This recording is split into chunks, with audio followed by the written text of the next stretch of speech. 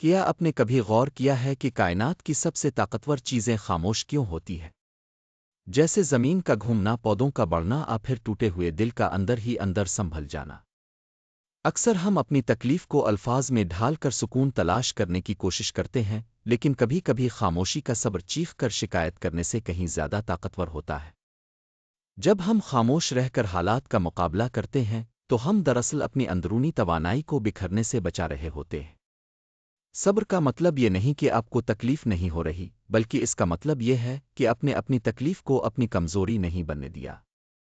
جب آپ چپ رہ کر اپنی منزل کی طرف بڑھتے ہیں تو آپ کا عمل آپ کے الفاظ سے زیادہ زوردار ثابت ہوتا ہے۔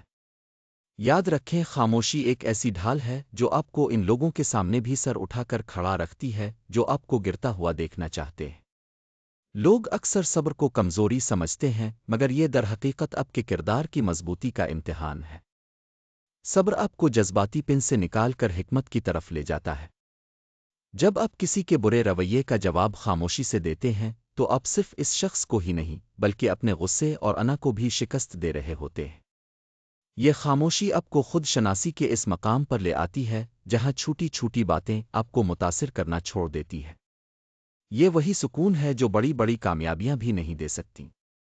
آپ کا صبر آپ کی زندگی کا وہ سرمایہ ہے جو خاموشی سے آپ کو اندر سے تعمیر کر رہا ہے۔ جس دن آپ نے یہ سیکھ لیا کہ ہر بات کا جواب دینا ضروری نہیں، اسی دن اپنی زندگی کا کنٹرول اپنے ہاتھ میں لے لیا۔ خود سے پوچھئے، کیا آپ اپنی زبان سے جیتنا چاہتے ہیں یا اپنی زندگی کے معیار سے؟